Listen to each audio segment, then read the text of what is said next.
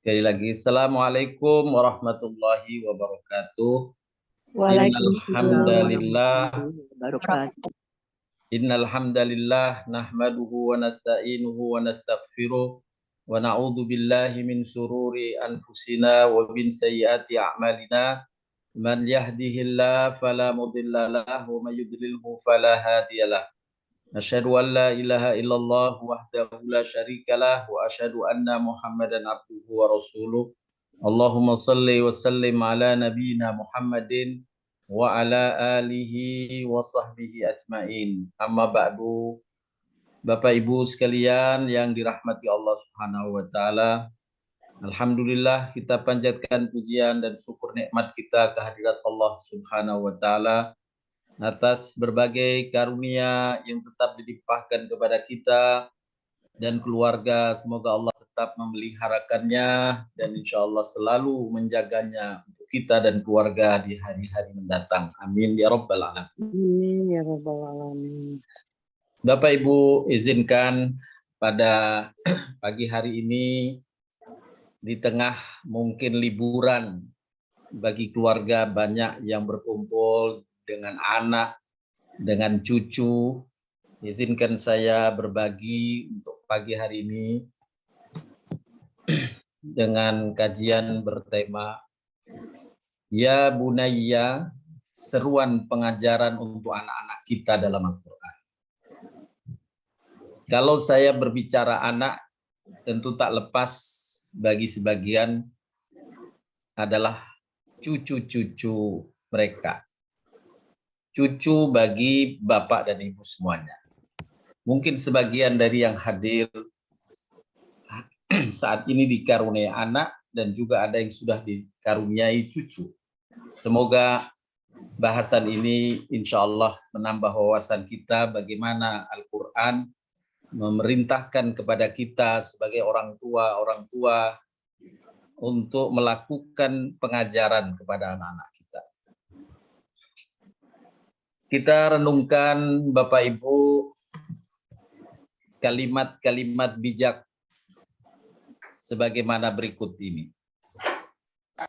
Jika anak dibesarkan dengan celaan, ia belajar memaki. Jika anak dibesarkan dengan permusuhan, ia belajar berkelahi. Jika anak dibesarkan dengan cemoohan, ia belajar rendah diri. Jika anak dibesarkan dengan penghinaan, ia belajar menyesali diri. Jika anak dibesarkan dengan toleransi, ia belajar menahan diri. Larangan mengikuti langkah-langkah syaitan. Ini menunjukkan bahwasanya ikhwan hanya ada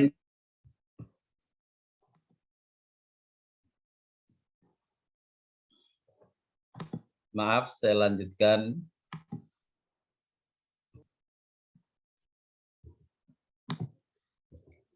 Jika anak dibesarkan dengan pujian, ia belajar menghargai. Jika anak dibesarkan dengan sebaik-baik perlakuan, ia belajar keadilan. Jika anak dibesarkan dengan rasa aman, ia belajar menaruh kepercayaan. Jika anak dibesarkan dengan dukungan, ia belajar menghargai diri. Jika anak dibesarkan dengan rasa kasih sayang dan persahabatan, ia belajar menemukan cinta dalam kehidupan. Bapak Ibu sekalian yang dirahmati Allah Subhanahu wa taala. Dari kata-kata di atas, sangatlah jelas bahwa seorang anak akan berkembang sesuai dengan didikan yang ia dapatkan dan terus akan membekas saat ia dewasa. Oleh karenanya pendidikan membutuhkan dua hal. Yang pertama, bahasa yang baik untuk menyampaikannya. Dan yang kedua, membutuhkan makna-makna yang jelas dan benar tentang hakikat sesuatu yang akan disampaikan atau dipelajarkannya. Bapak Ibu sekalian yang dirahmati Allah Subhanahu wa taala.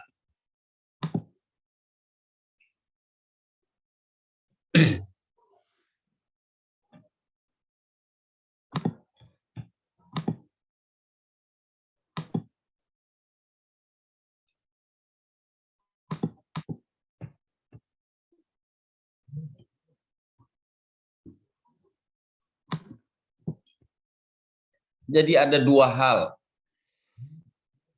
yang diperintahkan sesungguhnya dalam Al-Quran yang nanti insyaallah kita akan dalami dalam memberikan pengajaran kepada anak-anak. Yang pertama, hendaklah menggunakan bahasa yang baik, dan yang kedua, memberikan penjelasan dengan yang benar tentang hakikat sesuatu. Di dalam Al-Quran diabadikan seruan pengajaran kepada anak-anak ini dengan sebutan ya bunayya. Di antaranya dalam surat Luqman ayat ke-13 Allah Subhanahu wa taala berfirman mengabadikan pengajaran yang diberikan oleh seorang hambanya yaitu Luqman dan kepada anaknya, dan Allah abadikan dengan nama surat sebagai penghormatan pada orang tua ini yang Allah mencatatnya sebagai suatu amal kebajikan yang besar di sisinya, dan Allah memujinya dengan pujian mengabadikan namanya sebagai nama dalam satu surat Al-Quran yaitu surat Luqman. Allah berfirman, wa idh qala Luqman li ibnihi wa huwa ya'iduhu ya bunayya la tusyrik billah inna syirka la dzulmun adzim. Ingatlah ketika Luqman berkata kepada anaknya di waktu ia memberi pelajaran kepadanya, wahai anakku, janganlah kamu mempersekutukan Allah. Sesungguhnya mempersekutukan Allah adalah benar-benar kezaliman yang besar. Inilah pesan pertama yang Allah abadikan dalam ayatnya yang dilakukan oleh hambanya yang bernama Luqman kepada anaknya, yaitu jangan kamu mempersekutukan Allah. Sebelum nasihat tentang yang lain, Allah mencantumkan kalimat nasihat yang pertama ini adalah jangan menyekutukan Allah. Karena sama-sama kita maklum, menyekutukan Allah adalah dosa yang paling besar dan dengannya Allah menutup atau tidak mendapatkan kunci meraih surganya Allah. Dalam ayat tersebut di atas, Bapak Ibu, Allah menggunakan kalimat ya bunayya sebagai seruan kepada anak, yang dalam bahasa Arab artinya seorang anak laki-laki, wahai anakku, kira-kira demikian. Akan tetapi tidak disebut dengan ya ibnu, wahai anakku, tapi Allah menggunakan kata lain ya bunayya, yang dalam bahasa Arab ia merupakan bentuk tashkhir, yakni penghalusan bahasa ketika memanggil anak. Penghalusan bahasa ketika memanggil anak. Kata ya bunayya adalah bentuk nama nada panggilan yang paling halus dan paling sopan. Atau mungkin kalau dalam bahasa kita, seruan ya bunayya maknanya adalah wahai anakku yang kusayangi. Bukan sekedar wahai anakku, tapi terkandung di dalamnya tashkhir, yaitu kelemah lembutan. Wahai anakku yang kusayangi.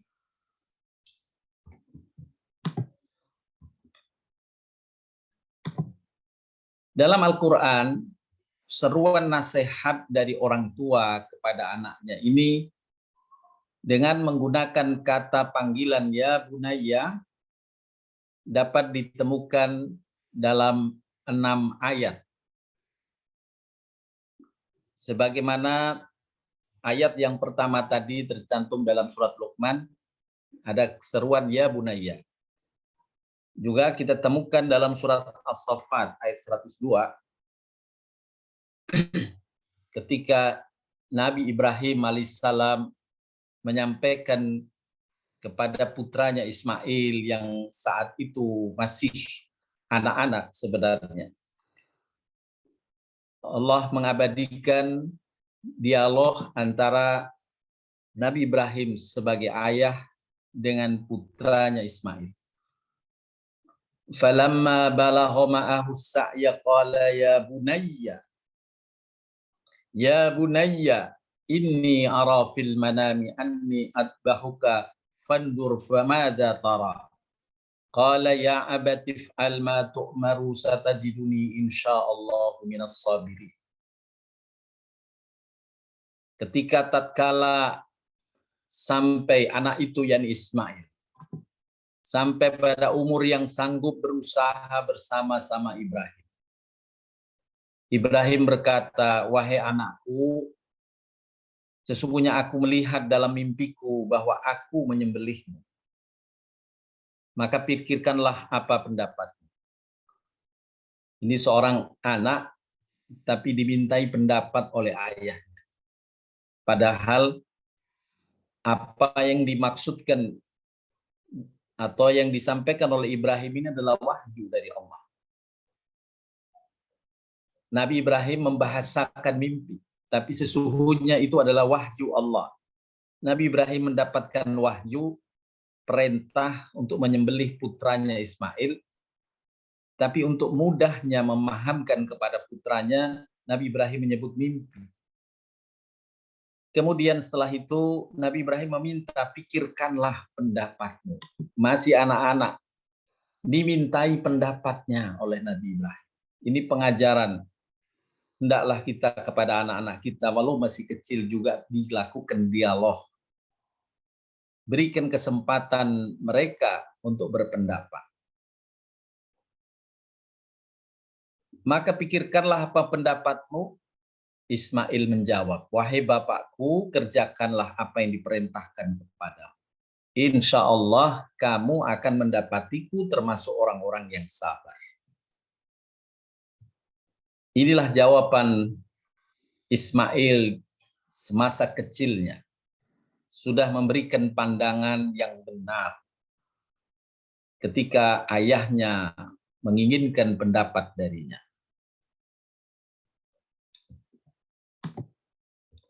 Kemudian dalam ayat yang lainnya juga Allah menggunakan kata ya bunayya, wahai anakku yang tersayang. Ketika menggambarkan dialog antara Nabi Yakub dengan putranya Yusuf yang juga berumur saat itu dalam tafsir disebut 12 tahun. Putranya berumur 12 tahun.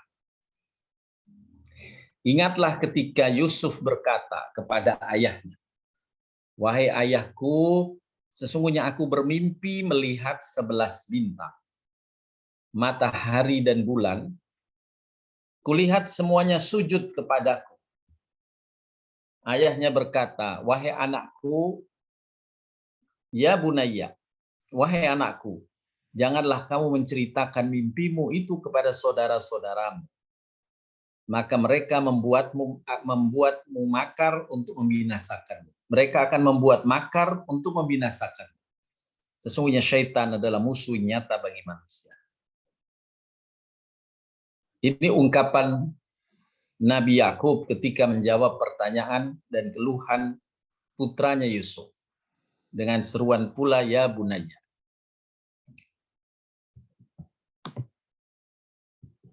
Dalam ayat yang lainnya, Allah juga ungkapkan seruan orang tua kepada putranya, ya bunayya, dengan kalimat ya bunayya. yaitu Nabi Nuh kepada putranya. Dan bahtera itu berlayar membawa mereka dalam gelombang laksana gunung. Dan Nuh memanggil anaknya, sedang anak itu berada di tempat yang jauh terpencil. Ya bunayya, wahai anakku, naiklah ke kapal bersama kami. Dan janganlah kamu berada bersama orang-orang yang kafir. Bapak Ibu sekalian yang dirahmati Allah Subhanahu wa taala. Inilah pengajaran dari Al-Qur'an agar kita menyeru anak-anak kita dengan seruan yang santun. Tidak membentak-bentaknya. Ungkapkan dengan panggilan-panggilan yang disenanginya.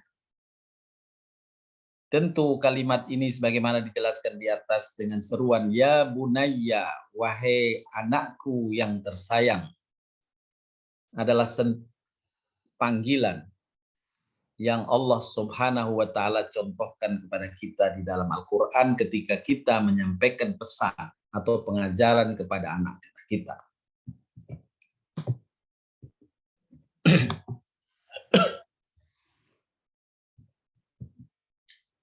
Dalam ayat yang berikutnya juga sama dalam surat Luqman kelanjutannya pada ayat ke-16.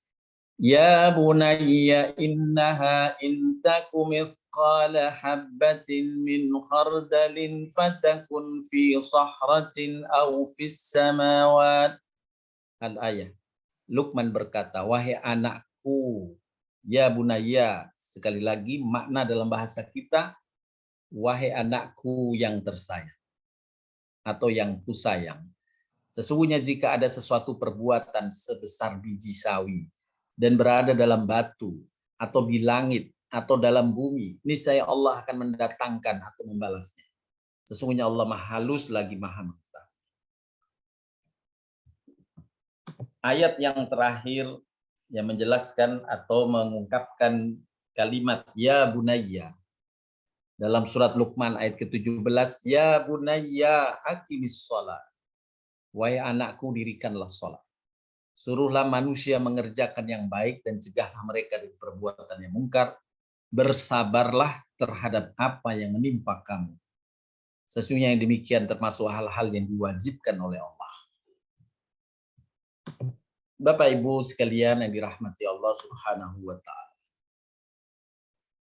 Itulah ayat-ayat yang diabadikan di dalam Al-Qur'an berkaitan dengan pengajaran oleh orang tua kepada anak-anaknya. Dimulai dari Nabi Ibrahim alaihissalam mengajarkan kepada Ismail dengan seruan ya bunayya.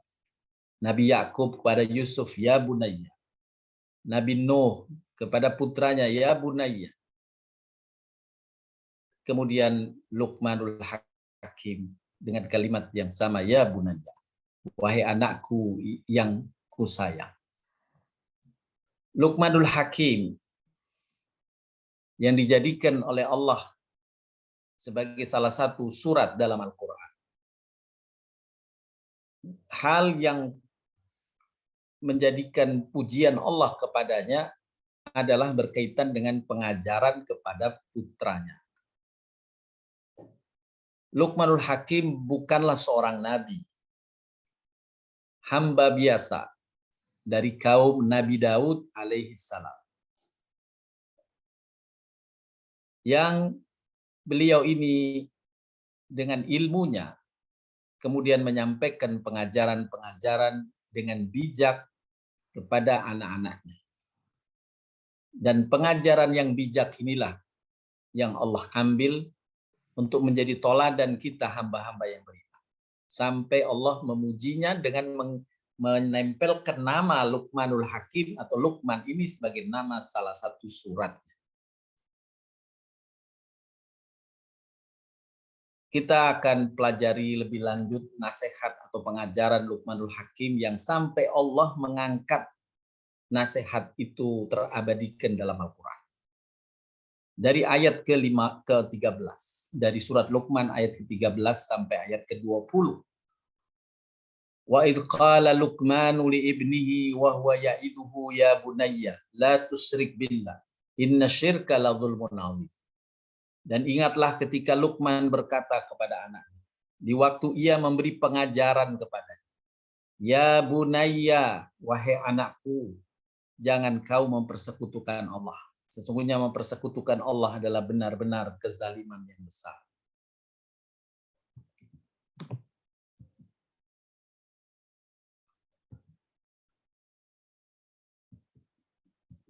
Bapak Ibu sekalian yang dirahmati Allah Subhanahu wa taala.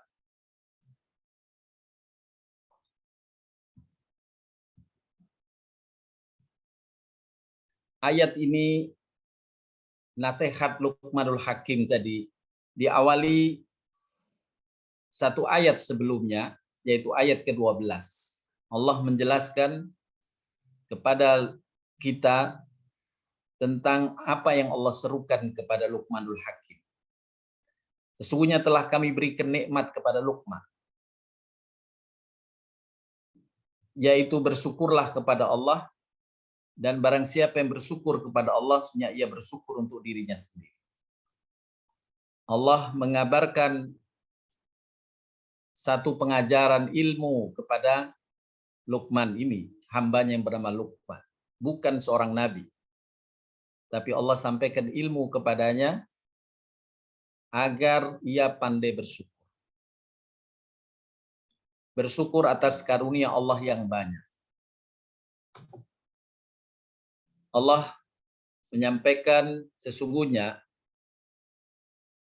kebahagiaan dan kenikmatan yang besar yang Allah karuniakan kepada hamba adalah hikmah atau ilmu. Bila seseorang telah diberikan ilmu, maka layak baginya untuk bersyukur.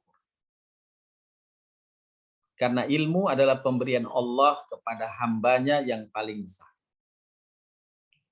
Diabadikan pula dalam surat Al-Baqarah, bagaimana ketika Allah selesai menciptakan Adam, sebelum para malaikat diperintah untuk sujud kepada Adam sebagai bentuk penghormatan kepada makhluknya yang bernama manusia, yakni Adam. Maka Allah mengajarkan kepada Adam ilmunya tentang nama-nama benda. Kemudian setelah Allah ajarkan ilmu kepada Adam, Allah perintahkan Adam untuk bertanding, berkompetisi dengan para malaikat, mengadu dengan para malaikat tentang nama-nama dan khasiat nama-nama itu. Yang dalam surat Al-Baqarah dijelaskan pada ayat-ayat pertama tentang dialog, pada ayat ke-30, 31, 32, dialog Adam dengan Allah ini. Kemudian Allah menyebutkan kepada malaikat, sebutkanlah nama-nama itu. Para malaikat tidak banyak yang tahu tentang nama-nama itu. Kemudian Allah perintahkan, wahai Adam, sebutkanlah nama-nama itu. Maka Adam pun menyampaikan nama-nama, dan Allah jadikan kelebihan ilmu Nabi Adam ini menjadi alasan agar para malaikat bersujud kepada Adam, menyampaikan penghormatan kepada Adam. Akhirnya malaikat semua bersujud kecuali iblis. Aba wastakbara, karena mereka iblis ini sombong. Nah, dalam rangkaian ayat tadi, surat Al-Baqarah ayat 30 dan selanjutnya itu menegaskan tentang derajat manusia dilebihkan oleh Allah karena ilmunya. Oleh karenanya siapa yang mendapatkan ilmu, hendaklah ia bersyukur. Dan inilah yang menjadi awal ketika Allah akan menyampaikan kisah atau perlakuan Luqmanul Hakim pada anaknya, diawali dengan kalimat perintah bersyukurlah kepada Allah. Barang siapa yang bersyukur kepada Allah, sungguh ia bersyukur untuk dirinya sendiri. Kemanfaatan syukurnya itu kembali pada diri hamba. La in syakartum la azidannakum. Barang siapa bersyukur, niscaya aku akan tambah nikmat itu padanya. Dan barang siapa yang tidak bersyukur, sesungguhnya Allah Maha Kaya lagi Maha Terpuji. Allah tidak butuh, kalau tidak syukur ya nggak apa-apa. Tapi yang rugi adalah diri kita sendiri. Barulah kemudian Allah menyampaikan pengajaran terkait dengan nasihat Luqman kepada putranya yang tadi telah saya sebutkan dalam Luqman ayat ke-13. Pesan yang pertama, jangan menyekutukan Allah. Wahai anakku, janganlah kamu mempersekutukan Allah. Sesungguhnya mempersekutukan Allah adalah benar-benar kezaliman yang besar. Mempersekutukan Allah adalah kezaliman yang besar. Allah tegaskan dalam ayat yang lain, surat An-Nisa 48. Sesungguhnya Allah tidak akan mengampuni dosa syirik, dosa penyekutuan terhadap Allah. Itu esa dalam penjelasan ayat lain. Sampai Allah menurunkan satu surat terpendek lagi. Agar kita semua mudah menghafalnya. Dari anak kecil mudah menghafalnya. Yaitu surat Al-Ikhlas. Qul huwallahu ahad. Katakan Allah itu esa. Allahus samad. Lam yalid walam yulad. Tidak beranak dan tidak diperanakkan. Inilah pengajaran dalam Al-Quranul Karim surat Al-Ikhlas. Siapa yang membaca surat Al-Ikhlas 3 kali, sesungguhnya nilai makna yang terkandungnya seperti ia membaca Al-Quran atau menghatamkan Al-Quran. Itu pesan Nabi SAW. Al-Ikhlas 3 kali itu seperti meraup ganjaran membaca Al-Quran seluruhnya 30 juz. Inti dari pengajaran Al-Quran adalah pada surat Al-Ikhlas, ketauhidan kepada Allah Subhanahu wa taala. Dalam surat An-Nisa ini saya sampaikan sekali lagi, sesungguhnya Allah tidak akan mengampuni dosa syirik dan Dia mengampuni segala dosa selain dari syirik bagi siapa yang dikehendakinya. Selain dari dosa syirik ini, bila hamba itu terlupa minta ampun, Allah akan ampunkan dengan amal-amal kebajikannya. Dengan sholatnya Allah ampunkan dosa. Dengan sedekahnya Allah ampunkan dosa. Dengan ibadah hajinya Allah ampunkan dosa. Dengan ibadah umrohnya Allah ampunkan dosa. Khusus untuk syirik membutuhkan taubat secara khusus.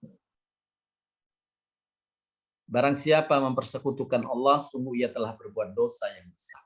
Inilah kalimat atau nasihat pertama yang dilakukan Luqmanul Hakim pada putranya. Wahai anakku, jangan kalian mempersekutukan Allah. Sesungguhnya mempersekutukan Allah benar-benar kezaliman yang besar. Selanjutnya, Bapak Ibu, wasiat Luqman kepada anaknya diabadikan dalam ayat berikutnya. Wasainal insanu biwalidayhi hamalathu ummuhu wahnan ala wahnin wa fisaluhu fi amaini anishkurli wali walidayka ilayyal masir. Al-ayah yang artinya, dan kami perintahkan kepada manusia berbuat baik kepada 2 orang ibu bapa.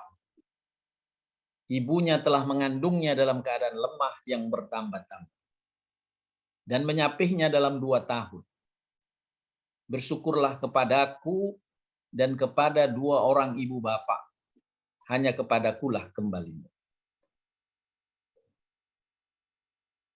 Pengajaran yang kedua, setelah pengajaran yang pertama, la tusyrik billah, jangan menyekutukan Allah, adalah berbaktilah kepada kedua orang ibu bapa. Ayat berikutnya ini, dan jika keduanya, yakni kedua orang tuamu, memaksamu untuk mempersekutukan dengan aku, dengan sesuatu yang tidak ada ilmu tentang itu, maka jangan kamu mengikuti keduanya. Jangan mengikuti ajakan kedua orang tua itu jika ajakannya adalah menyekutukan Allah. Jangan mengikuti keduanya. Kalau untuk orang tua yang diperintahkan Allah mengasihinya, kita tidak boleh mentaati ketika ajakan itu berupa penyekutuan terhadap Allah, apalagi kepada orang lain yang mengajak. Janganlah kau mengikuti keduanya. Tapi bergaullah kepada keduanya itu di dunia dengan baik. Ya, walaupun kita tidak mengikuti ajakannya, tidak memeriahkannya apa yang dia yakini, tapi Allah perintahkan tetap bergaullah dengan baik. Allah memerintahkan ikutilah jalan orang yang kembali kepadaku, yakni kepada Allah. Dan hanya kepadakulah kembalimu semua nanti. Kuberitakan kepadamu apa yang telah kamu kerjakan. Ini nasihat kedua dari Luqman kepada anaknya. Berbakti kepada orang tuanya, tapi tidak boleh mengikuti apabila kedua orang tua itu meminta untuk menyekutukan Allah Subhanahu wa Ta'ala. Ada ayat berikutnya, ya bunayya innaha intaku mithqala habbat. Luqman berkata kepada anaknya, wahai anakku yang kusayang, sesungguhnya jika ada sesuatu perbuatan seberat biji sawi dan berada dalam batu atau di langit atau dalam bumi, niscaya Allah akan mendatangkan atau membalasinya. Sesungguhnya Allah maha halus lagi maha mengetahui. Ini seruan penjelasan dari Luqman kepada anaknya tentang setiap kebaikan hamba pasti dibalas. Jika ada perbuatan baik sebesar biji sawi, dimanapun dilakukan pasti dibalas. Demikian pula sebaliknya, bila perbuatan buruk dilakukan sebesar biji sawi pun, Allah juga akan balas, kecuali bila Allah berkehendak mengampuninya atau si hamba memohonkan ampun padanya. Ini menanamkan keyakinan pada si anak bahwa kebaikannya tidak sia-sia walaupun mungkin orang tidak melihatnya. Allah Maha melihat dan pasti akan membalas kebaikan. Sejak kecil ditanamkan keyakinan ini kepada anak. Kemudian seruan pengajaran berikutnya pada ayat ke-17.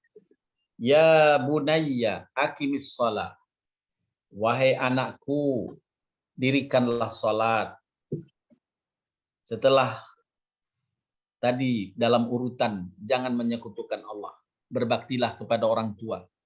Yakinlah semua amal pasti dibalas. Sekecil apapun kebaikan pasti dibalas. Baru kemudian Allah abadikan nasihat berikutnya. Mendirikan salat sebagai hablum minallah. Dirikan salat. Kemudian suruhlah manusia mengerjakan yang baik dan cegahlah mereka dari perbuatan yang munkar. Jangan soleh sendiri. Jangan soleh sendiri. Hendaklah menjadi shodiqin, yaitu orang-orang yang solehnya mengajak orang banyak, orang lain.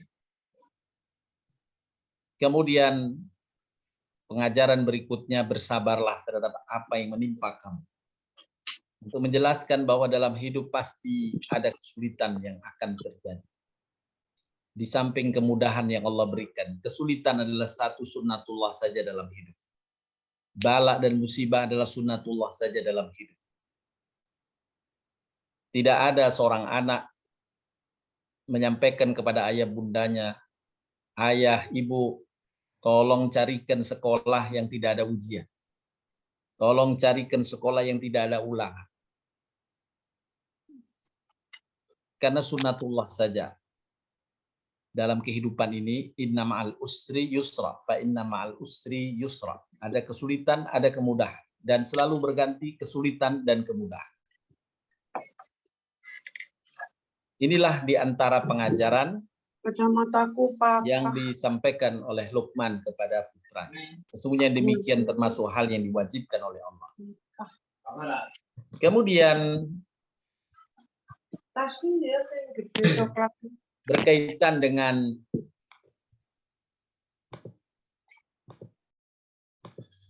perintah atau pengajaran sholat dan beramar ma'ruf dalam ayat di atas, Kita temukan pula, dan ayat ini juga sudah kita bahas panjang lebar, tentang janji Allah.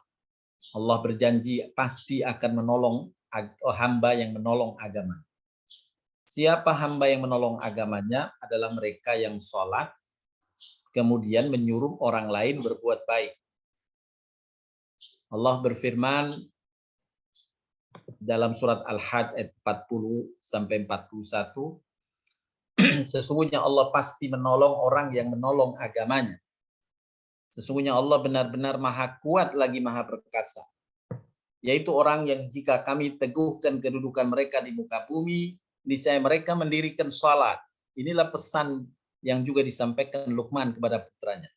Hendaklah mendirikan salat. Nabi SAW dalam sabdanya juga menyuruh kita sebagai umatnya. Ajarkan salat kepada anak-anakmu saat ia berumur 7 tahun. Ajarilah anak-anakmu salat ketika ia berumur 7 tahun. Bahkan Nabi menyebut umur 7 tahun. Dan berikan pengingatan-pengingatan saat ia berumur 10 tahun. Jadi 7 tahun sudah diajarkan. Dan pengingatan-pengingatan berulang saat anak berumur 10 tahun. Walaupun ia belum balik, Nabi SAW sudah berpesan, hendaklah kalian mengingatkan secara berulang untuk anak yang sudah berumur 10 tahun. Kemudian menunaikan zakat dan menyuruh berbuat ma'ruf, mencegah dari perbuatan munkar. Inilah yang pasti ditolong oleh Allah Subhanahu wa Ta'ala.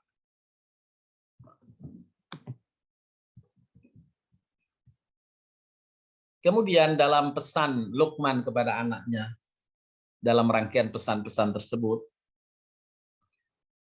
mengandung pesan agar pandai bersyukur dan bersabar. Dalam surat Asy-Syura dan juga dalam surat Luqman ayat ke-31, Allah SWT berfirman, Inna fi dzalika la'ayatin likulli sabarin syakur. Sesungguhnya pada yang demikian itu terhadap tanda-tanda kekuasaan Allah bagi orang yang selalu bersabar dan banyak bersyukur.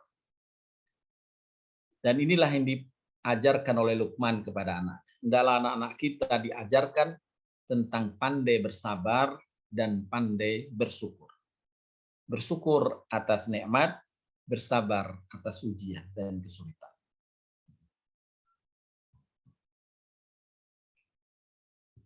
Nabi SAW bersabda, sungguh menakjubkan keadaan seorang mukmin. Seluruh urusannya itu baik. Ini tidak didapati kecuali pada seorang mukmin. Jika ia mendapat kesenangan, ia bersyukur. Maka itu baik baginya. Jika ia mendapat kesusahan, ia bersabar. Ia pun baik baginya. Inilah pengajaran Luqman kepada putranya, hendaklah bersyukur, pandai bersyukur, dan juga bersabar. Kemudian pengajaran berikutnya yang diabadikan dalam surat Luqman. Dari Luqmanul Hakim kepada putranya. Wala tusa'ir khaddaka linnasi wala tamsi fil ardi maraha. Innallaha la yuhibbu kulla mukhtalin fakhur.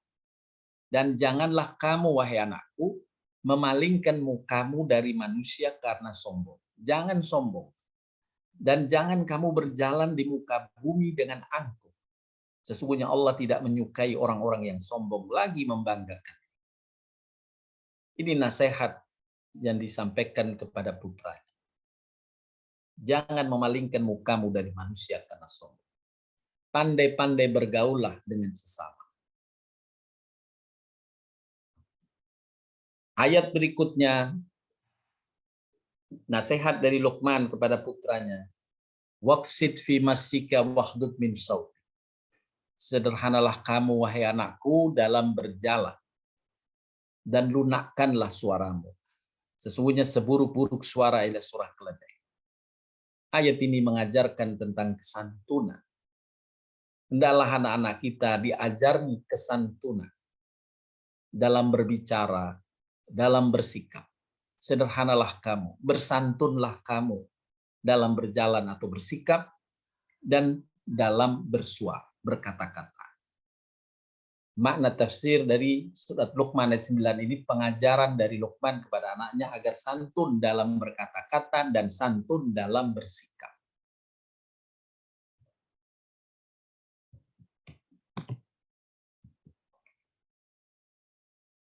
Allah tegaskan pula dalam ayat yang lain tentang kesantunan ketika bergaul.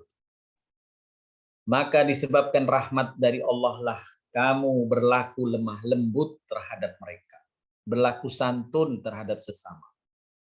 Sekiranya kamu bersikap keras, lagi kasar, tentu mereka menjauhkan diri dari sekelilingmu.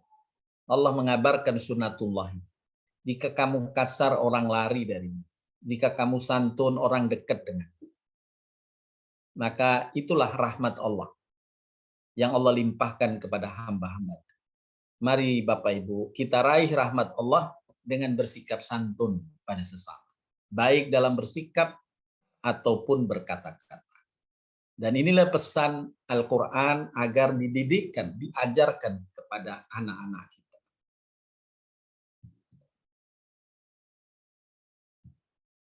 Kemudian ayat berikutnya dari surat Luqman. Alam tarau annallaha sakhkhara lakum ma fis samawati wa ma fil ardh. Al-ayah yang artinya, tidakkah kamu perhatikan wahai anakku, sesungguhnya Allah telah menundukkan untuk kepentinganmu apa yang ada di langit dan apa yang di bumi, dan menyempurnakan untukmu nikmatnya lahir dan batin. Yang memberi karunia banyak ini dalam hidup kita, wahai anakku, adalah Allah Subhanahu wa Ta'ala. Coba perhatikan. Kemudian pesan Luqman yang terakhir, di antara manusia ada yang membantah tentang keesaan Allah tanpa ilmu pengetahuan atau tanpa petunjuk dan tanpa kitab yang memberi penerangan. Mereka asal ngomong saja tentang Allah. Mereka membuat tuduhan-tuduhan palsu terhadap Allah. Anggapan-anggapan palsu terhadap Allah. Tanpa ilmu. Sehingga pengajaran ini ditafsirkan Luqman ingin berpesan pada anaknya. Peganglah ilmu. Bersandarlah pada ilmu. Dalam agama atau dalam kehidupan lainnya. Jangan mengada-ngada tentang sesuatu yang tidak ada ilmu. Inilah Bapak Ibu di antara pesan yang diabadikan oleh Allah dalam Al-Quran dari Luqmanul Hakim kepada putranya. Yang menarik dalam catatan tafsir, dalam ayat-ayat tentang Luqman tadi, dari ayat 12 sampai ayat 20, yang menyerukan pengajaran kepada putranya, baik itu jangan menyekutukan Allah. Kemudian tentang keyakinan atas balasan yang datang dari Allah atas perbuatan baik maupun perbuatan buruk hamba. Kemudian pengajaran tentang mengerjakan sholat. Tentang berbuat baik dan santun pada sesama. Semuanya didahului dengan kalimat ya bunayya. Wahai anakku atau kamu. Yakni seruan nasihat langsung dari Luqman kepada anaknya. Akan tetapi ketika Luqman menasehati agar anaknya itu mentaati kedua orang tuanya, yakni ayat ke-14 dan 15, saya akan kembali kepada ayat ke-14-15 yang telah kita baca di atas. Jadi ketika Allah mengabadikan pesan Luqman, wahai anakku, jangan kalian menyekutukan Allah. Wahai anakku, jangan mempersekutukan Allah. Pada ayat berikutnya, yaitu ketika Allah mengabadikan pesan Luqman pada anaknya berkaitan dengan berbakti kepada kedua orang tua, kalimat yang digunakan seperti Luqman menukil saja ayat Allah. Menukil ayat dari kitab Zabur.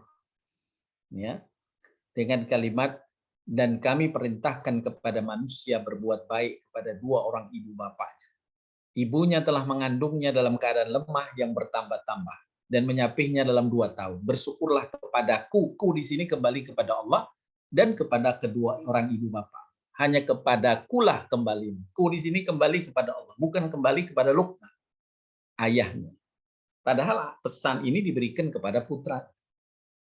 Inilah pengajaran adab, akhlak dari Allah yang juga dilakukan oleh Luqmanul Hakim. Ketika ia menasehati anaknya, berbaktilah kepada kedua orang tua, tidak menggunakan kata-kata seruan untuk dirinya. Berbaktilah kepadaku sebagai ayahku, berbaktilah kepada ibumu, tidak. Tapi dia menukil saja ayat Allah yang memerintahkan agar kita berbakti kepada kedua orang tua. Nah, ini adabnya adalah, Bapak Ibu, jika kita memberi pengajaran kepada orang lain atau memberi nasihat yang berhubungan dengan hak kita, maka nukillah ayat atau hadis atau pendapat orang. Jangan menggunakan kalimat langsung. Allah menyuruh kamu itu berbuat baik pada saya. Itu tidak santun. Allah menyuruhmu untuk berbuat baik pada saya. Jadi langsung saya, padahal mungkin saya di sini orang tua. Kepada anaknya pun nggak boleh. Kesantunannya, wahai anakku, berbaktilah pada ibumu sekarang ini. Padaku, ibumu ini. Aku ini ibumu, kamu berbakti pada saya. Ayahnya berkata, saya ini ayahmu, kamu harus berbakti pada saya. Ini kalimat tidak santun. Kalimat tidak bijak. Dan Allah mengabadikan bagaimana bijaknya Luqman ketika memberi nasihat yang lain yang berhubungan dengan hak Allah, berhubungan hak orang lain. Luqman menggunakan ya bunayya. Tetapi ketika berhubungan dengan dirinya, kedua orang tuanya, Luqman hanya menukil ayat firman Allah Subhanahu wa taala. Inilah pengajaran yang bijak yang diajarkan langsung dalam Al-Qur'an untuk kita jadikan sebagai pedoman dalam memberi pengajaran kepada anak-anak kita. Bapak Ibu sekalian yang dirahmati Allah Subhanahu wa taala.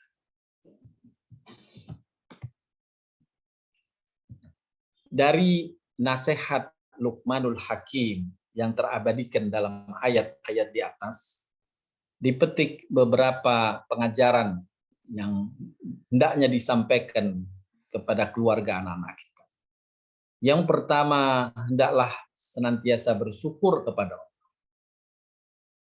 Yang kedua, bertauhid, tidak menyekutukannya dengan sesuatu. Dan yang ketiga, berbakti kepada kedua orang tua. Yang keempat, meyakini bahwa segala perbuatan hamba pasti terbalas. Kebaikan dibalas dengan kebaikan. Dan keburukan dibalas dengan keburukan. Kemudian pengajaran berikutnya, hendaklah mendirikan salat. Pengajaran berikutnya, hendaknya mengajak manusia mengerjakan yang baik dan mencegahnya dari perbuatan yang mungkar. Yang ketujuh, bersabar terhadap apapun yang menimpa. Yang kedelapan, menghindari kesombongan dalam pergaulan atau berinteraksi dengan sesama. Yang kesembilan, bersikap tenang, tidak panikan. Yang kesepuluh, menjaga ucapan dan nada berbicara. Yang ke-11, meyakini terhadap janji Allah kepada orang yang soleh, orang yang bertakwa, bahwa mereka akan mendapat kecukupan kenikmatan lahir dan batin, dunia dan akhirat. Dan pesan yang terakhir tadi, hendaknya menjadi golongan yang menuntut ilmu. Inilah pesan-pesan Luqman yang Allah abadikan dalam surat Luqman. Adapun ada beberapa pesan Luqman yang tidak tercantum dalam Al-Quran. Tapi malaikat Jibril alaihissalam menyampaikan pesan itu kepada Nabi Shallallahu Alaihi Wasallam, dan Nabi Shallallahu Alaihi Wasallam menyampaikan dalam sabdanya yang tidak menjadi bagian dari Al-Quran. Adapun nasihat Luqman yang terabadikan baik dalam hadis, di antaranya saya nukilkan beberapa di sini pada kesempatan ini. Insya Allah kita akan bahas pada pertemuan yang akan datang, karena cukup banyak pesan Luqmanul Hakim yang disampaikan oleh malaikat Jibril kepada Nabi SAW. Yang pertama, wahai anakku, sesungguhnya dunia ini bagaikan lautan yang dalam. Banyak manusia yang karam di dalam. Bila engkau ingin selamat, agar jangan karam, layarilah lautan itu dengan sampan yang bernama takwa. Dan isinya adalah iman. Dan layarnya ialah tawakal kepada Allah. Sampan yang bernama takwa, isinya ialah iman, dan layarnya adalah tawakal kepada Allah.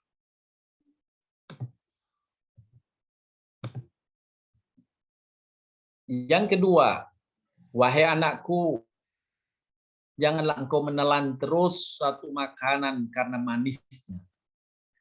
Dan jangan terus engkau memuntahkan sesuatu barang karena pahitnya. Karena manis itu belum tentu mendatangkan kesegaran. Dan pahit itu belum tentu mendatangkan musibah. Nasihat yang ketiga, wahai anakku, apabila engkau ingin mencari teman sejati, maka ujilah terlebih dahulu dengan perkara yang menaikkan kemarahan. Bila mana dalam kemarahan itu dia masih berusaha untuk menginsafkan engkau, maka bolehlah engkau ambil sebagai teman. Dan sekiranya bukan demikian, berhati-hatilah engkau terhadap.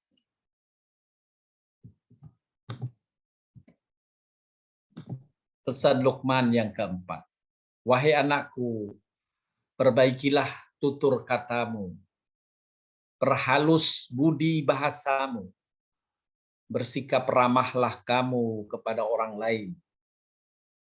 Karena engkau akan disukai orang melebihi sukanya terhadap orang lain yang pernah memberikan barang yang berharga kepadanya. Wahai anakku, jangan engkau terlalu banyak tertawa kecuali untuk perkara yang memang menggelikan. Jangan engkau berjalan tanpa tujuan yang pasti.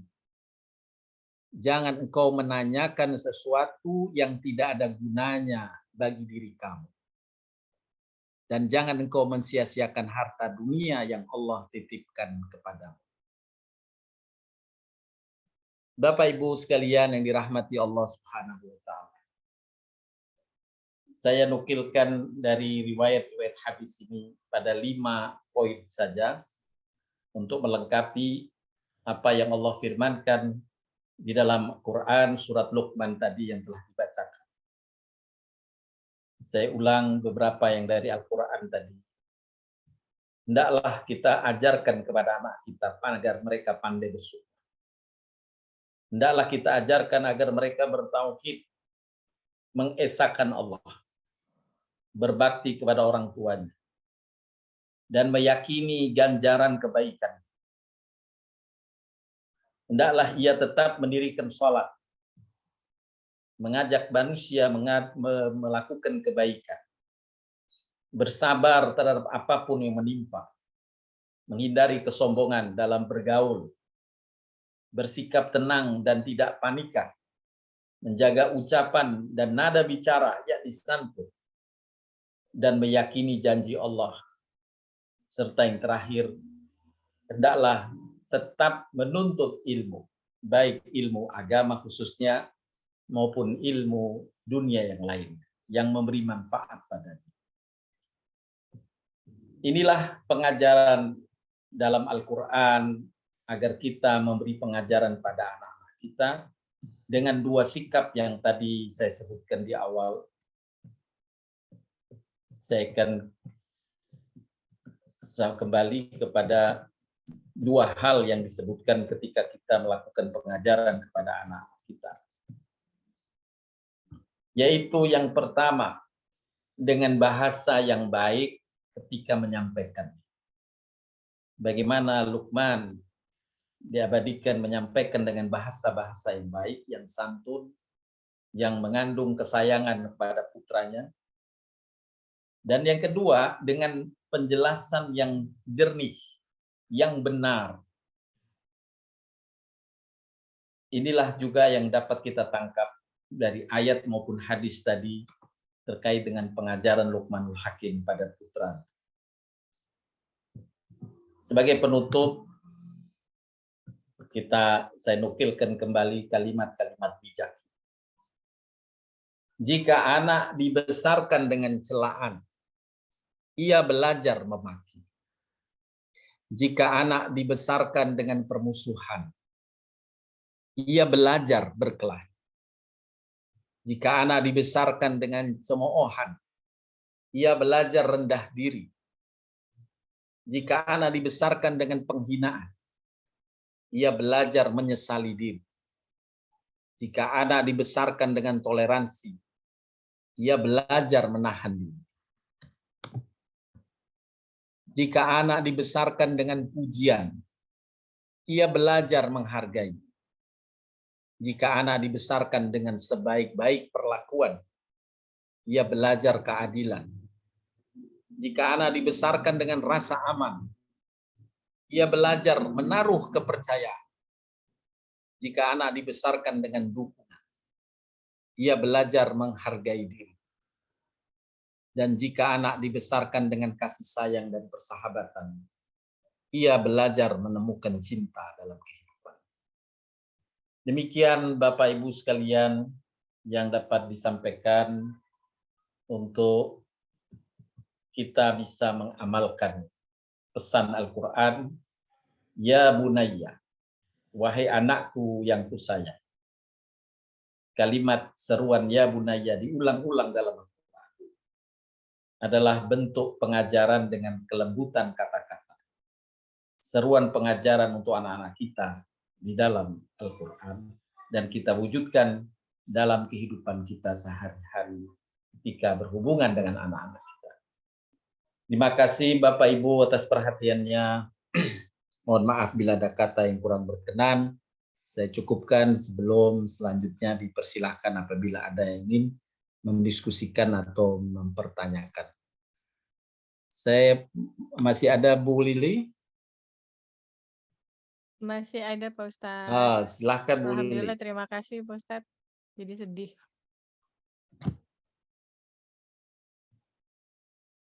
Silakan Ibu-ibu, ada yang mau bertanya?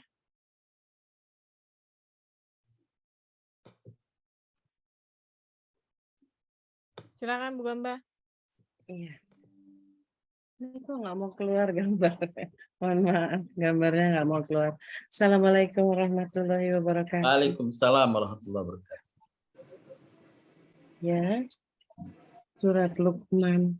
Surat Luqman. Surat Luqman ini kegemarannya Bu Sufi, Ustaz. Oh iya. Beliau hafal sekali. Terima kasih untuk materi hari ini. Ustadz, itu yang nomor 1 itu tentang tidak menduakan Allah, kemudian tidak mengarang-arang sesuatu tanpa ilmu, berkedok toleransi, tetapi apakah yang dilakukan pada perasaannya yang katanya toleransi itu di dalam WA grup itu membanjir semua ucapan biasa Ustadz, ucapan di bulan Desember. Mereka itu adalah orang-orang yang khusyuk dan orang khusyuk dan banyak sekali pelajarannya dan saya percaya mereka orang berilmu.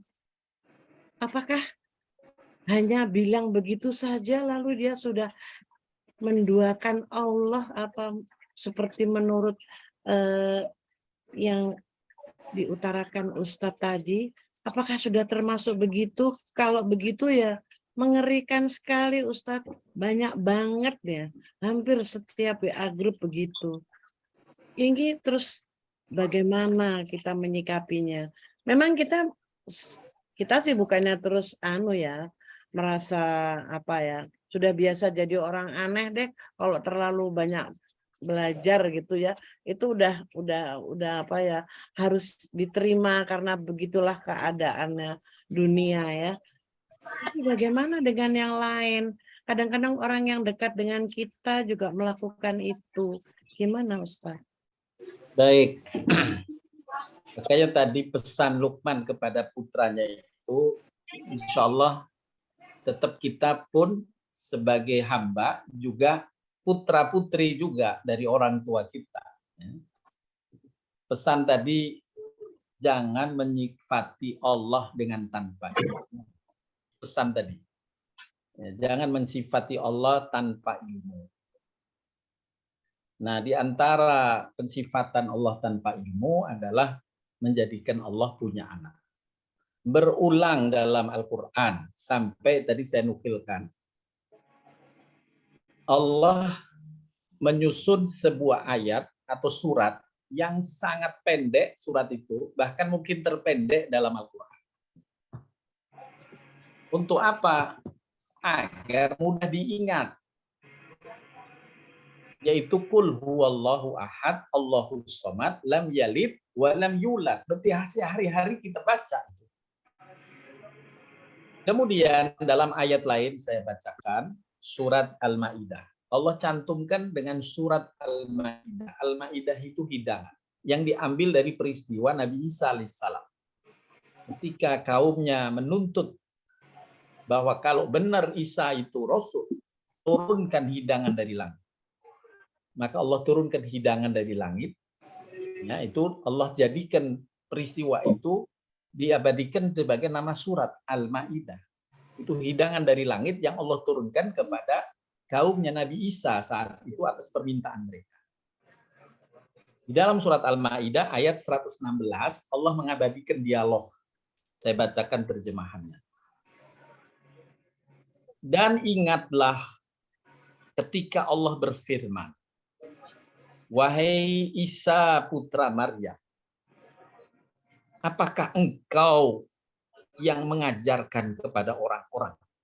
Jadikanlah aku dan ibuku sebagai dua Tuhan selain Allah.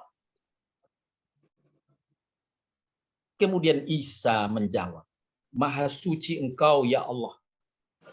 Tidak patut bagiku mengatakan apa yang bukan hakku. Jika aku pernah mengatakannya, tentu engkau telah mengetahuinya. Engkau mengetahui apa yang ada pada diriku dan aku tidak tahu apa yang ada padamu. Sungguh engkaulah yang maha mengetahui segala yang enggak. Aku, kata Isa, tidak pernah sekali-kali mengatakan kecuali apa yang engkau perintahkan kepada. Sembahlah Allah, Tuhanku dan Tuhanmu.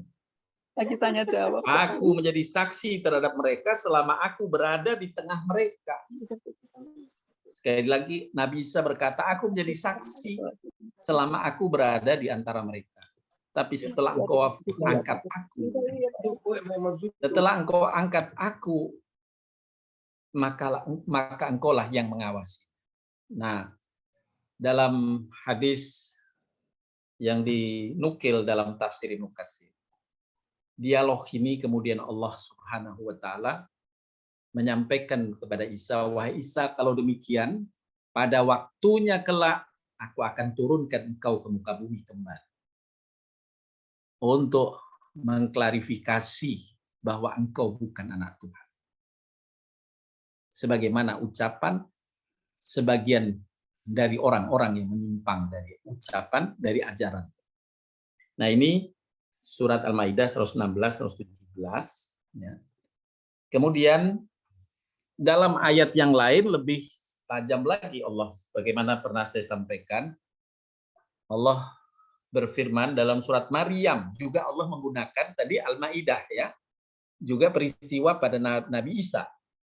Dan pada surat Maryam juga Allah sampaikan suratnya, nama suratnya Maryam, ibunda Nabi Isa. Allah berfirman dalam surat Maryam yang artinya ayat ke-8892. Dan mereka berkata, Tuhan yang Maha Pemurah mengambil anak. Sesungguhnya kalian telah mendatangkan suatu perkara yang sangat mungkar. Ketahuilah, hampir-hampir langit itu pecah karena ucapan itu. Bumi terbelah, gunung-gunung runtuh, karena mereka mengucapkan bahwa Allah yang Maha Pemurah mempunyai anak. Sungguh tidak layak bagi Tuhan yang Maha Pemurah mempunyai anak. Nah, ungkapan dalam ayat ini menunjukkan, sebagaimana Nabi sampaikan, sesungguhnya penghinaan terbesar yang dilakukan oleh anak manusia, oleh manusia kepada Allah adalah ucapan bahwa Allah punya anak. Dalam hadis sahih riwayat Imam Bukhari, penghinaan anak Adam terhadapku adalah ucapan mereka bahwa aku punya anak. Padahal aku Allah yang Maha Esa, tidak bergantung kepadaku sekedap makhluk, dan aku tidak butuh sedikit pun pada mereka. Aku tidak melahirkan anak dan aku tidak dilahirkan. Aku tidak setara dan semisal dengan yang lainnya. Ini hadis sahih dari Imam Bukhari. Jadi dari hadis ini dan ayat tadi sebenarnya para ulama mengharamkan, tidak boleh kita menyampaikan suatu ekspresi kegembiraan dengan ucapan-ucapan. Dan ini telah jelas firman-firman Allah dan fatwa-fatwa para ulama, termasuk fatwa Buya Hamka yang di tanah air kita. Ya. Nah, tapi di masa sekarang ya tadi orang seolah-olah dia bertoleransi dan sebagainya. Toleransi itu bukan sinkritisme, bukan saling mengakui keyakinan, bukan saling mengakui kepercayaan, tapi membiarkan kepercayaan orang lain. Itulah toleransi hakikatnya. Ya. Jadi silahkan lakum dinukum waliyadin. Bagimu agamamu, bagiku agamaku. Silahkan kalian berbuat, kami pun berbuat yang lain. Jadi itulah makna toleransi yang dicantumkan dalam Al-Quran. Lakum dinukum waliyadin. Bukan, makanya tadi dalam kepada orang tua pun Luqmanul Hakim tadi menasihati anaknya, berbaktilah kepada orang tua. Tapi ketika kedua orang tuamu mengajakmu menyekutukan Allah, ya, mengajakmu menyekutukan Allah, jangan kamu ikuti mereka, tapi tetap bergaullah dengan baik kepada keduanya.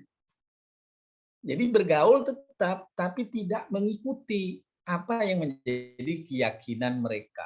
Jangan bergembira atas penghinaan yang mereka lakukan kepada Allah Subhanahu wa Ta'ala. Biarkan Allah yang akan menghukuminya, tapi kita tidak nimbrung dengannya.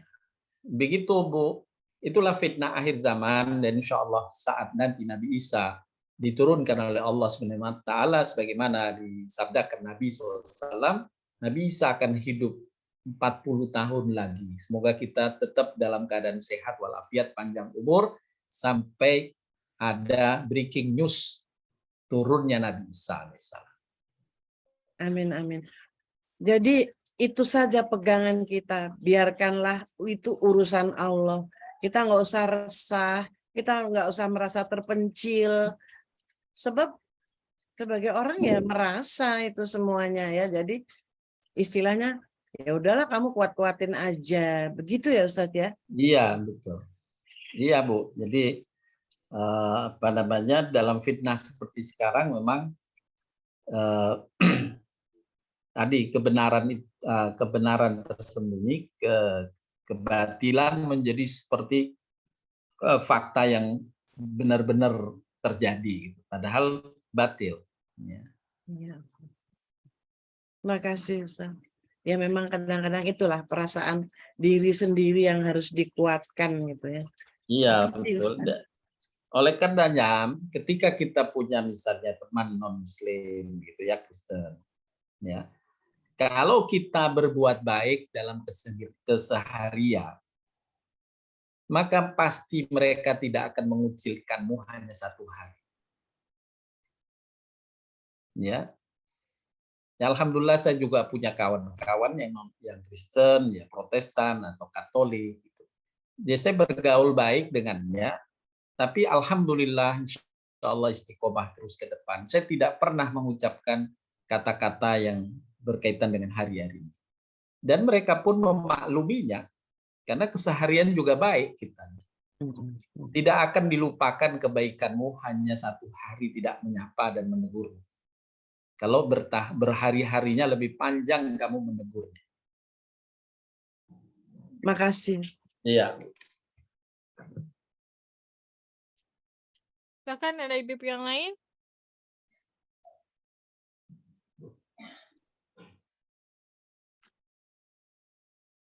Bu Mima. Silakan Bu Mima. Jeng Lili. Oh iya, Assalamualaikum. silakan Bu Sofi. Ya, Silakan Bu Sofi. terima kasih. Pak Farhat, Assalamualaikum Ya. Pak Farhat. Waalaikumsalam warahmatullahi wabarakatuh. Saya ini saja Pak, memang betul kata Bu Gomba, ini nasihat orang tua kepada anak. Lalu pernah saya tanyakan pada Pak Farhat bahwa memanggil dengan ya bunaya, anak kesayangan, anak yang tercinta tuh saya suka rasanya terharu kalau mendengar ya bunaya gitu. Saya ingin tanyakan begini Pak, karena saya baca itu dari biografi Luqman tidak terlalu banyak. Yang saya ingat bahwa beliau itu pernah jadi hakim.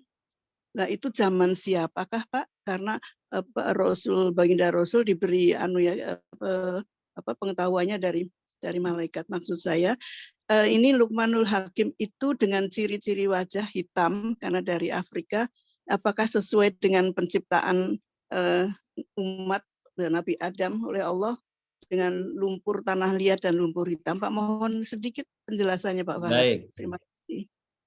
Yang pertama, Luqman Hakim, Imam Katsir dalam tafsirnya, beliau adalah umat Nabi Daud alaihissalam. Umat Nabi Daud. Ya. Orang yang berilmu di masa Nabi Daud. Jadi bukan Nabi dia, hanya umatnya. Ya. Kemudian memang ada penjelasan. Ada satu riwayat berkaitan dengan beliau dari berkulit hitam. Ya, tapi dalam penjelasan berikutnya itu diambil hikmahnya. Sesungguhnya Allah mengangkat derajat hambanya bukan berdasarkan warna kulit. Oh ya, ya. Tapi berdasarkan ilmu dan ketakwaan. Ya, berdasarkan ilmu dan ketakwaan. Sehingga tadi Allah mencantumkan namanya di dalam Al-Quran. Ya, kemudian mencantumkan Maryam juga nama. Ya. Satu surat dalam Al-Quran. Itu adalah ketakwaan yang Allah tinggikan derajat dan ilmu. Itu Bu, kira-kira yang dapat dijelaskan. Ya, jelas Pak. Sedikit penjelasannya. Mungkin itu kira-kira berarti zaman Nabi Daud ya Pak ya? Iya, Nabi Daud. Oh ya. Udah cukup Pak. Terima kasih. Terima Baik. kasih. Baik Pak Ustadz. Masih ada 10 menit Ibu. Ada 1 atau 2 lagi.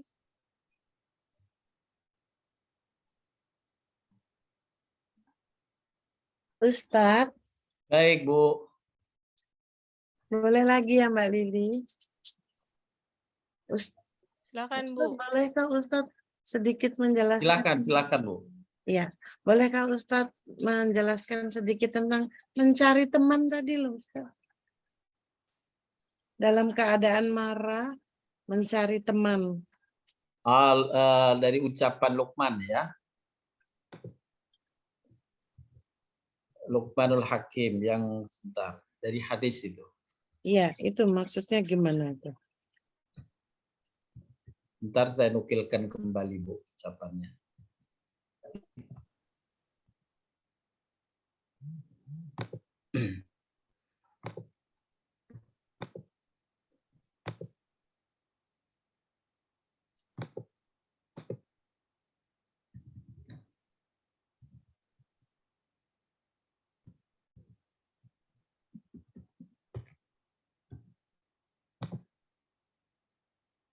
Nah ini, wahai anakku, apabila engkau ingin mencari teman sejati, ujilah terlebih dahulu dengan perkara yang menaikkan kemarahan.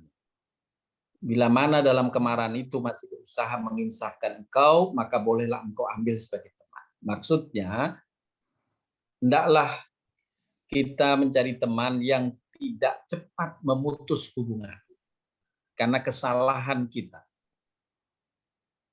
Ya, artinya kita pun mengambil pelajaran, jangan cepat memutuskan hubungan dengan orang lain hanya karena hal yang kita tidak sukai. Bisa diambil maknanya, Bu, Mbak? Oh ya, jadi bukan ketika dia marah itu. Bukan, itu hanya menguji kesabaran. Hendaklah berteman dengan orang-orang yang sabar dalam bergaul. Begitu. Ya, Ya. jadi Saya boleh bukan. satu lagi, Jeng Lili, kalau nggak ada yang lain. Monggo. Iya, silakan. Jeng Lili, mohon izin Jeng Lili, boleh yang lain nggak ada, Jeng? Silakan Bu Sofi. Iya, silakan. Iya, terima kasih. Pak Barat, ini sebenarnya saya kepengen ini ya, ini kan dengan adanya peringatan Hari Ibu, ini peringatan nasional. Mungkin buat yang generasi sekarang yang tidak mengalami untuk zaman ada penataran P4, Pancasila dan lain sebagainya, mengira seperti ini. Jadi dicantumkan dalam satu postingan begini, aku tidak pernah menyampaikan selamat Hari Ibu. Yang aku sampaikan adalah Robi Firli Wari Walidaya Warahuma Kama Rubayani Sohil. Jadi banyak ini ya yang tidak mengerti mereka sebetulnya Hari Ibu itu apa gitu. Tapi terus nanti ada Ustadz yang posting begini, hari-hari yang agung adalah Hari Raya Idul Fitri dan Hari Idul Adha. Jadi atau hari Jumat. Jadi selain itu seperti Hari Ibu adalah bid'ah karena tidak ada. Jadi ini cara menjernihkannya itu loh Pak Barat, gimana tuh kalau ada orang bertanya. Sebetulnya kan itu ada sejarah Hari Ibu, lalu sejarah dari Amerika Serikat beda lagi Mother's Day itu. Jadi sikap kita itu loh Pak Barat bagaimana. Ini sering saya didekati dengan bicaraan begitu gitu loh Pak Barat. Jadi mohon dari Pak Bahar barangkali ya, bikin untuk tambahan saya kalau menjelaskan. Terima kasih. Baik, Bu. Ya memang dalam asal mula peringatan Hari Ibu tidak dipungkiri itu berasal dari gereja di Amerika, di Virginia yang pertama kali. Nah, disitulah kemudian terjadi pandangan dari sebagian ulama untuk kita tidak tasabbuh, ya tasabbuh Mengikuti. Iya, mengikuti yang kita tidak ada sandaran. Jadi pemahamannya seperti itu, Bu. Ya, kalau saya karena kenapa kok Hari Ibu tidak ada Hari Bapak, tidak ada Hari Anak? Ya, karena ada penuhanan terhadap anak, ada Tuhan Bapa dan ada Tuhan Rohul Kudus yang disandarkan sebagian di masa lalu berkaitan dengan Ibunda Maryam. Jadi itu sebagian yang muncul di dalam pemahaman di tengah masyarakat yang kemudian sebagian juga menganggap ini tasabbuh saja. Begitu Bu Sofi. Iya Pak Barat, sebetulnya ya memang karena ini ya pengetahuan yang atau pengalaman yang berbeda-beda. Sebetulnya ini kalau yang saya tahu dari pelajaran sejarah itu karena mengalami waktu itu ada Kongres Perempuan Indonesia, Pak. Jadi 22 Desember itu diadakan dan itu saya posting foto-foto dari ibu-ibu yang tahun 28 itu ikut Kongres Wanita Indonesia. Jadi mereka itu ikut membantu suami-suaminya yang berjuang, jadi ikut berjuang melawan Belanda, ikut kegiatan Palang Merah, ikut mencerdaskan bangsa. Banyak sekali kegiatan itu dan kongresnya itu 22 Desember 28. Lalu setelah itu diperingati sebagai Hari Ibu karena jasa yang itu. Jadi tidak bermaksud yang untuk Hari Ibu itu terus apa ya lain dari yang lain enggak, tapi memang pada waktu itu kegiatannya demikian Pak. Jadi waktu saya masih TK masih ingat betul itu. Jadi ibu-ibu yang berjuang ikut membantu suaminya gitu loh Pak. Jadi serba ini makanya terus saya post itu Pak. Jadi ini sebetulnya yang aslinya kalau Indonesia bukan Amerika maksud saya, itu ada foto yang di mana ibu-ibu itu yang aktif sekali pada zaman Belanda itu Pak. Jadi ada foto-fotonya Pak. Jadi maksud saya artinya jangan terlalu meremehkan juga, tapi juga kita bukan yang tidak ada hubungannya dengan agama seperti Robi Fili Wali Walidah itu. Sulit saya menjelaskannya Pak Farhad, bagaimana itu. Iya, jadi banyak yang memang tidak mengalami soalnya ya. Kalau zaman penataran P4 karena yang saya menatar waktu itu menjelaskan soal Hari Ibu itu Pak. Jadi perjuangan melawan Belanda itu Pak terutama. Jadi kalau dipadukan dengan Amerika Serikat beda, perjuangannya beda, sejarahnya beda gitu loh Pak. Jadi memang ya begitulah Pak. Mungkin saya lebih tua dari itulah Bapak. yang terjadi di perdebatan gitu Bu Sofi. Gitu ya. Ya jadi di debat dari segi ini ya Pak ya, dari ya segi segi agama gitu mungkin ya gitu. Iya, karena pengingatan yang menjadi memperkecil makna ibu. Dan cuma 1 hari gitu maksudnya. Padahal doa untuk ibu ini harusnya setiap hari. Iya sih memang. Iya. Ya, jadi kenapa ingat ibu pada 1 hari saja?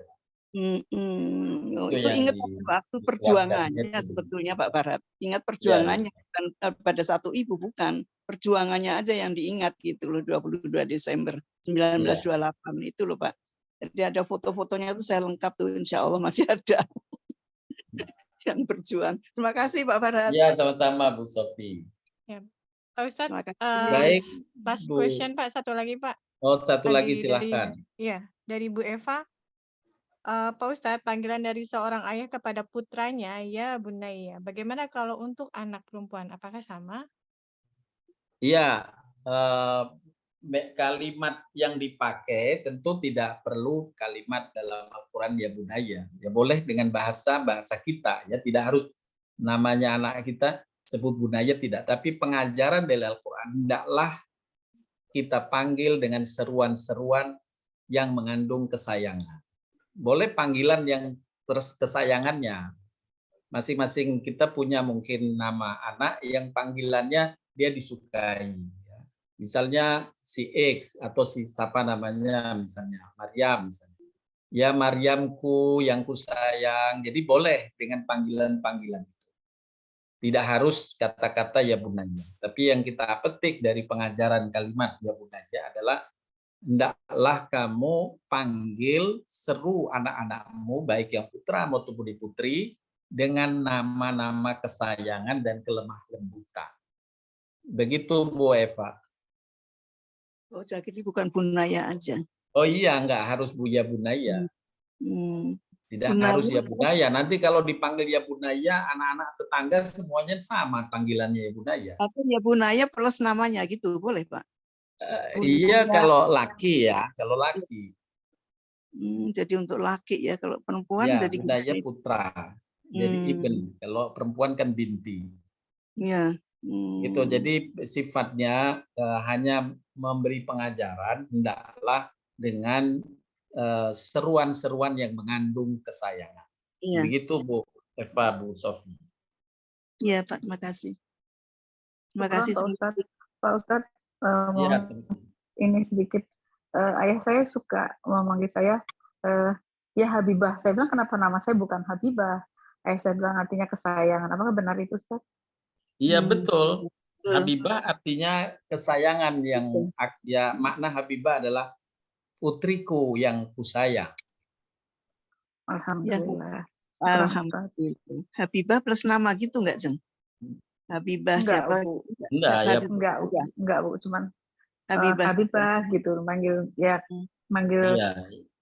manggil yang enggak terlalu serius tapi sering gitu diucapkan ke saya, tapi ke saudara saya yang lain tidak gitu. Jadi saya bilang kenapa saya saja ya gitu. Itu maknanya yang aku cintai, yang aku sayangi. Iya. Jadi perempuan. Jadi saya bilang ya kamu anak kesayangan gitu Ustaz. Iya, benar Bu. Ya Allah. itulah sudah alhamdulillah sudah Terus yang mengamalkan. lain manggilnya gimana Bu? Kalau yang lain adik-adiknya atau saudaranya dipanggilnya bagaimana? Nama saja Bu, nama saja Bu. Oh, Namanya. Baik, Pak Ustadz. Itu Makasih, kalau Bu di Jawa Eva. seperti induk gitu loh. Induk. Jadi induk Iya. tuh ya semua anaknya Semua. dipanggil genduk. Kalau di Jawa. Baik, Bapak Ibu, mungkin kita cukupkan. Mohon doa Bapak Ibu, saya insya Allah berencana mengantarkan rombongan jamaah ibadah umroh hari Senin pagi saya berangkat. Insya Allah. Selamat jalan selamat Ustaz. jalan Pak Farhat. Mudah-mudahan. Ya, sama-sama. Amanilah Ustaz. Insya Allah, amin. Lalu dapat ketemu Allah Alhamdulillah Ustaz. Alhamdulillah. kembali. Terima kasih semuanya. Wabillahi taufiq wal hidayah. Assalamualaikum warahmatullahi wabarakatuh. Waalaikumsalam. Waalaikumsalam warahmatullahi wabarakatuh.